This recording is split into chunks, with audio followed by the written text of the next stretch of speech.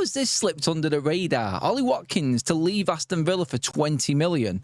How is no Premier League club all over this? I'll explain what I mean and what's happened with Ollie Watkins with all the latest reports in this video. This is Adam FC. Welcome along to your transfer updates, everybody. Yeah, you heard it right. Ollie Watkins. Maybe because all the talk is around Morgan Rogers, 130 million Villa want for him.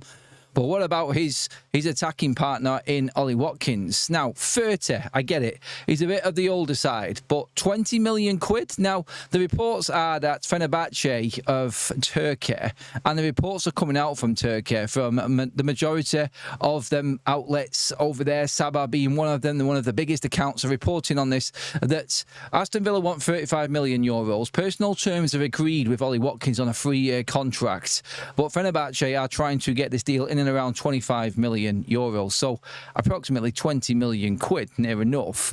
And I'm thinking straight away, I'm like, 20 million for Watkins? With the goal output that he brings, he's happy to sign a 3-year contract. If this is right, and Watkins is happy to move to Turkey on a 3-year deal, as a United fan alone, but I'd love to know what other Premier League fans think of this. Like, are we really going to be allowing Ollie Watkins to go elsewhere? To go to another country for 20 million quid, near enough? I mean, Aston Villa must be kicking themselves that they're not going to be able to get more. Of course, obviously, you've got the age coming into this as well, and that's got to be taken into consideration. Maybe Watkins wants something different, wants to go to a different country and play there for a while. But I'm going to be honest, if I'm Man United right now, I'm a United fan, I'm looking at someone needing to go in and help Benjamin Sesko. Manchester United were reportedly going for Watkins last summer, and the reported fee was astronomical. If he's going for 20 million, and look, it is coming from Turkish reports, and we don't know if these are definite, but they're reporting that terms are agreed. Like, he's away with England at the moment, so I find it hard to believe that terms are agreed. Or saying that, though, there's been other deals gone on while the World Cup's taking place, hasn't there? So really, this might actually be a real report coming out. But again, if he's available, why is no Premier League club going for Ollie Watkins? Why is he being allowed to leave the country and go elsewhere and play? Now, I know that other countries haven't got as much money as the Premier League has, but still, if Villa are willing to accept that, and maybe this is a deal because obviously they don't want to sell to a rival, but if there's any chance, you know what? If someone said to me as a Man United fan, you can have Ollie Watkins for 3 years, 30 million, you got to pay 10 million a year, and obviously amortization seems like a lot because there's no actual end product out of it. There's no sell-on fee or anything like that. So it seems like it's a bit of a push. You're on decent wages, which he's probably going to be on. But if you were offered that, I would probably take it.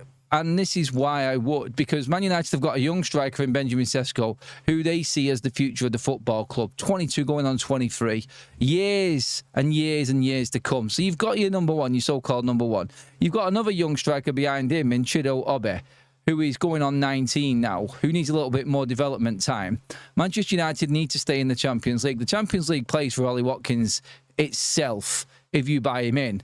And I'm going to be honest here, right now, if Manchester United sell Joshua Zirkzee, who is younger and has got more time on his side, it's going to cost Manchester United the same in amortization to have Ollie Watkins in their team for 3 years, backing up Benjamin Sesko when we need him in the Premier League and the Champions League, other than Joshua Zirkzee, who isn't capable, who's not shown that he's good enough.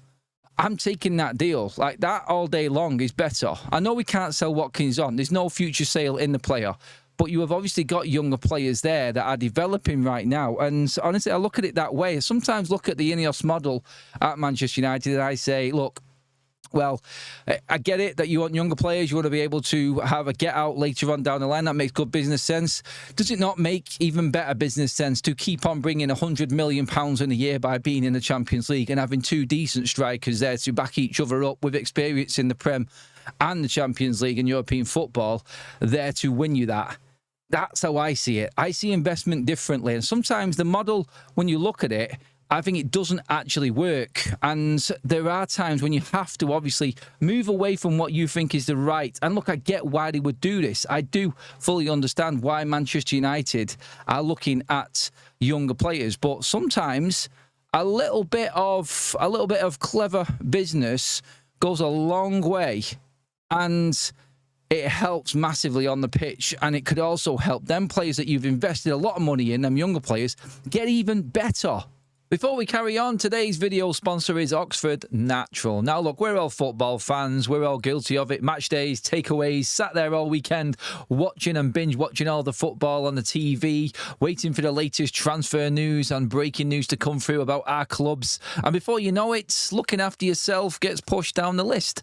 That's where Oxford Natural's Optimum Day and Night supplements come in. First of all, you have Optimum Day, designed around energy and cravings and helping keep people on track. Then you have Optimum Night, based more around sleep and helping people recover properly. Nobody's saying it's magic, nobody's saying it's going to do the work for you, but with a commitment to making positive changes, some people have seen some impressive results. Take, for instance, former England striker Michael Owen, who lost £35 on his day and night plan. You can check out Michael Owen's story alongside many others on the link below. If you're thinking it's about time I sorted myself out, then it is definitely worth giving it a go. The QR code is on the screen. The link is in the description. Make sure you use code ADAMFC on checkout to get 70% off your first order. Now back to the football. This isn't just Manchester United I'm shouting out here. Here on Adam FC, of course, we like to talk about all the Premier League teams as well. So what about Chelsea? What about Newcastle? They need strikers. They need better backup. And honestly, if Aston Villa are looking to move Ollie Watkins on, why is nobody coming in for Ollie Watkins? It makes no sense to me at all. I get that he's 30 years old, but this is a guy that's got a pretty decent injury record. He's got a phenomenal scoring record. He's still fit as a fiddle. And if you've got to play for 3 years just to give you a little bit of time, like I said, to keep you in the Champions League, which brings you over 100 million a year at least, this is why you invest in experience. You invest in experience because that gives you that sustainability and consistency in competing. And when you're consistently competing, you're consistently earning money, and that pays for itself. Sometimes you have to look at it differently.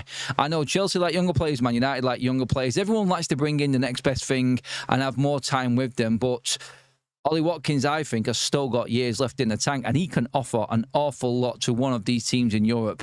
I cannot believe that nobody's looking at Ollie Watkins. I didn't even know that he was available or Villa was selling him until I seen this news story coming out from Turkey.